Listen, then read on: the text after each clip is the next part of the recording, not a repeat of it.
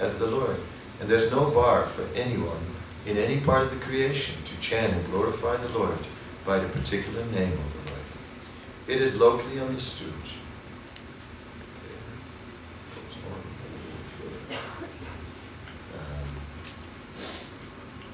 They are all auspicious, and one should not distinguish such names of the Lord as material commodities. Purport continues, but my brain cannot remember so much information, so I'm going to stop now and start commenting. Om Jnanatinarandasya Gindanasvanakya Chakshuramitam Yinatasmai Shivurve Namaha Shri Chaitanya Manonastam Stamitam Yenam Budale Swayam Rupa Karamayam Dharati Svatparantikam Shri Krishna Chaitanya Prabhu Nityananda Shri Advaita Sarvasadi Gaura Bhaktavinda Hare Krishna Krishna Krishna Hare Hare Hare Rama Rama Rama Hare Hare.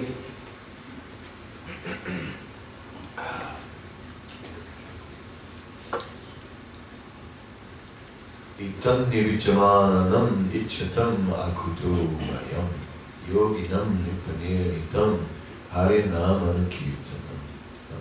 One should chant this holy name after the ways of the great authorities, of the great Vaishnavas. That is very, very nice. This chanting depends on chanting in that way. Anukirtana, following the chanting of great personalities, just as they did. Sometimes the Prabhupada would say, just do as I do. Such is the requirement. Because it's only then that one is protected. It's said that holy name is not dependent on anything external. The holy name is, so it is mentioned in Chaitanya Charitamrita, is not dependent on even initiation. It's said simply by chanting the holy name, one can attain all perfection. But then we find that it is mentioned that offenses are to be avoided. And such offenses one can only avoid by following the ways of the great and pure Vaishnavas. And that is how we chant as a servant. It is mentioned that Sri Chaitanya Mahaprabhu never tried to become a master of the art of chanting the holy name, but rather he always remained a servant of the holy name. It is chanting in the mood of a servant. Chanting, therefore, as a servant means the benefit of the chanting is meant for someone else. The servant is not working for his own benefit. The servant is working for the benefit of another person.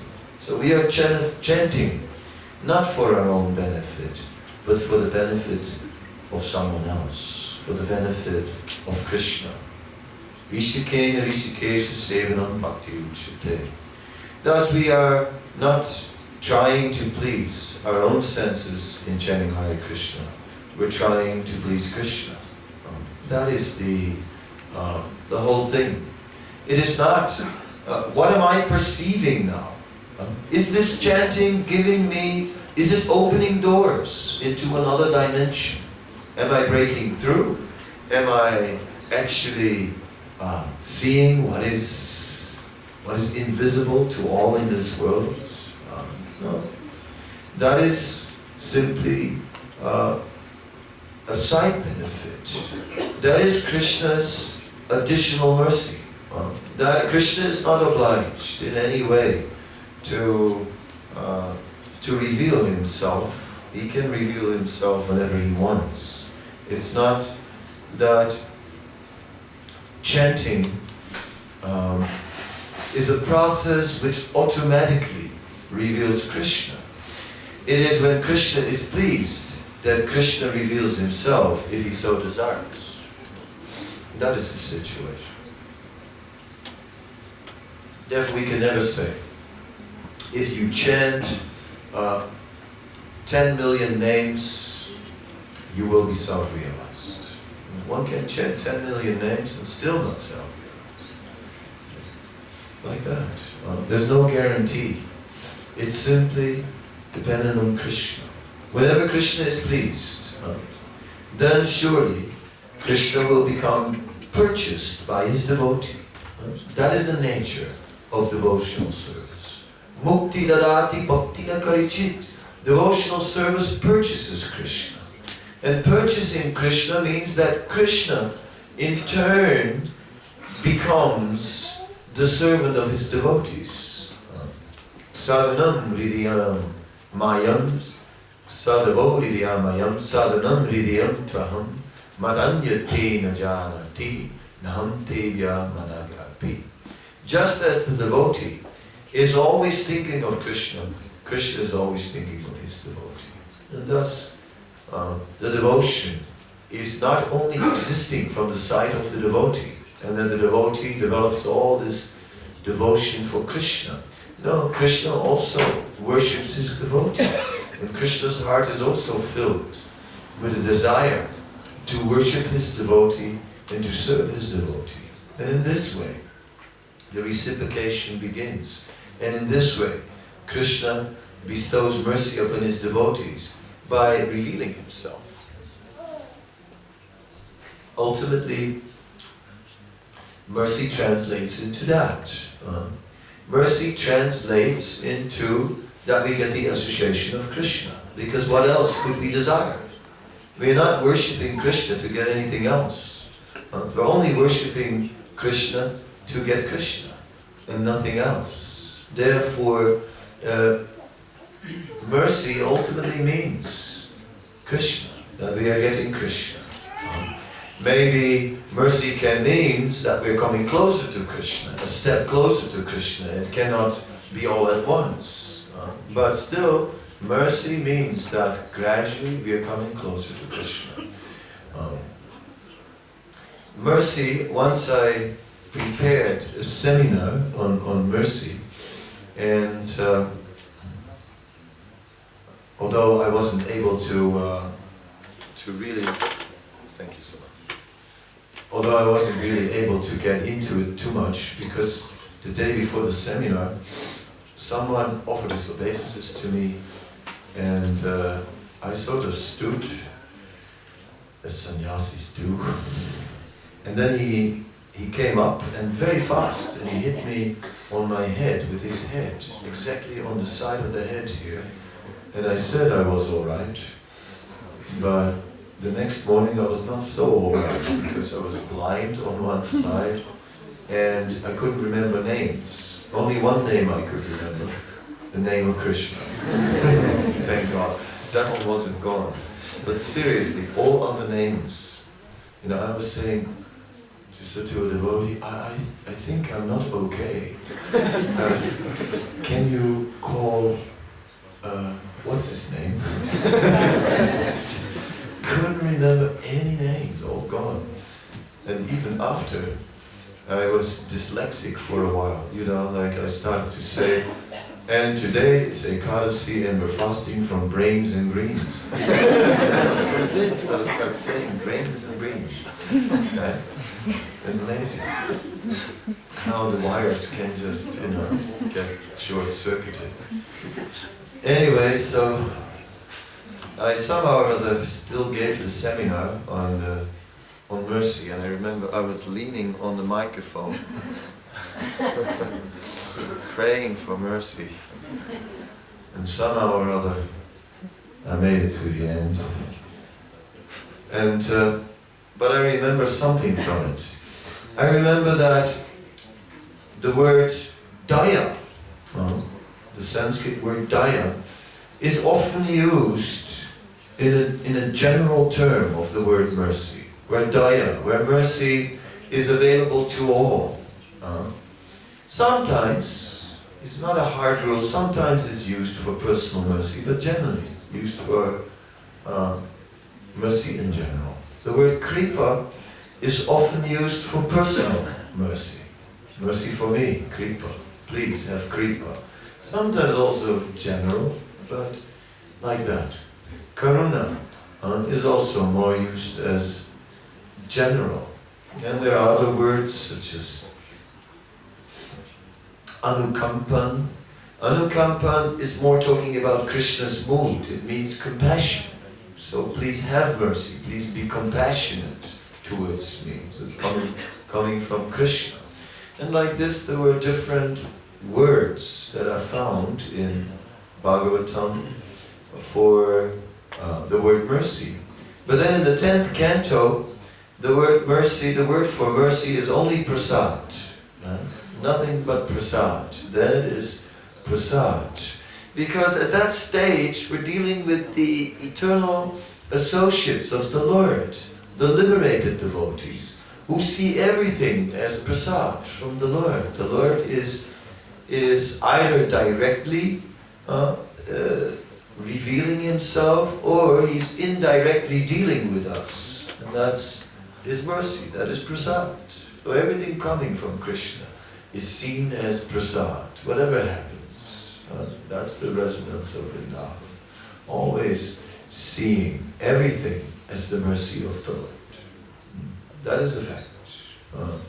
That it's not that the mercy of the Lord is sometimes manifesting.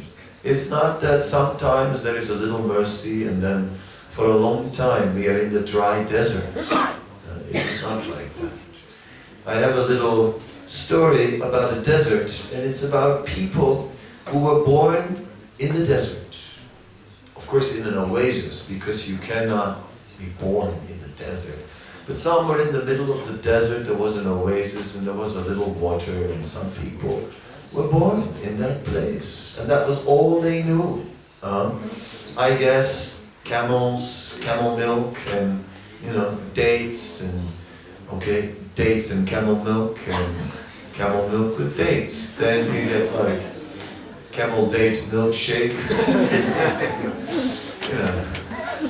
and date camel milkshake. Many varieties, in other words.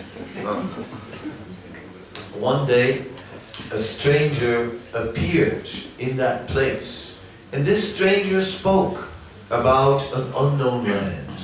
And he said, in this land, everything is green. And people said, yeah, sure, green. Green, land is not green, right? Just like, not in the desert. But he spoke about the green land, and then the stranger, to prove it, produced some amazing fruits. Mangoes, Alfonso. And, when the people tasted these mangoes, then they thought, wow, that's better than dates, you know what I mean? And so some developed faith, and as a result, they agreed to go with the stranger on a journey to the green land. Now, the story is allegorical, and the oasis is the oasis of sense gratification, where there are limited varieties of enjoyment. Then comes a spiritual personality who brings enjoyment, real spiritual enjoyment of another level. So then we follow that personality, and then the result is that he takes us to the green land. But in order to go there, you first have to leave the oasis and go through the desert. So it gets worse. And then they were going through that dry stretch, and the hot sun of lust was burning on the head, and it was just getting too much. Some people went mad and just ran off in the desert. Some people said, I can't do it anymore, I'm going back to the oasis and going home. But a few stayed. And then they came to another oasis. And this oasis was the oasis of the mode of goodness. In the oasis of sense gratification, one is trying to enjoy material life. in the oasis of goodness, one begins to enjoy spiritual life. The idea of eating something unedible is inconceivable. To smoke something unsmokable is like inconceivable. The only thing that smokes is incense. No nonsense. In this way, we are gradually getting purified, and we actually begin to appreciate spiritual principles and spiritual life in this way. When one is situated in the mode of goodness, one comes to the point, say, yes, spiritual life is very nice, I wouldn't want anything else, but still not fulfilled. One can only be fulfilled if one takes great risk. And therefore the stranger said, we cannot stay here. We must go again into this desert. Oh, not again into the desert. Yes, back into the desert.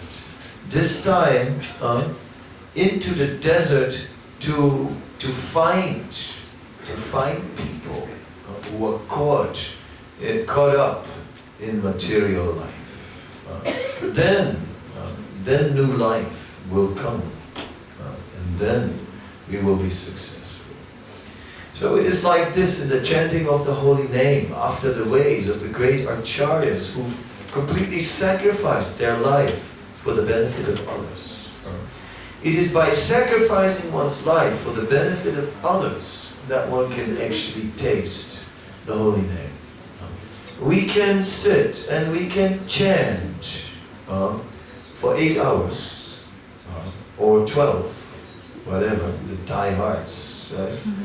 Who can chant from morning till night, and still our material desires will not disappear. Therefore, it will still not fulfill us, the chanting. It is only in a life of sacrifice for the benefit of others that one can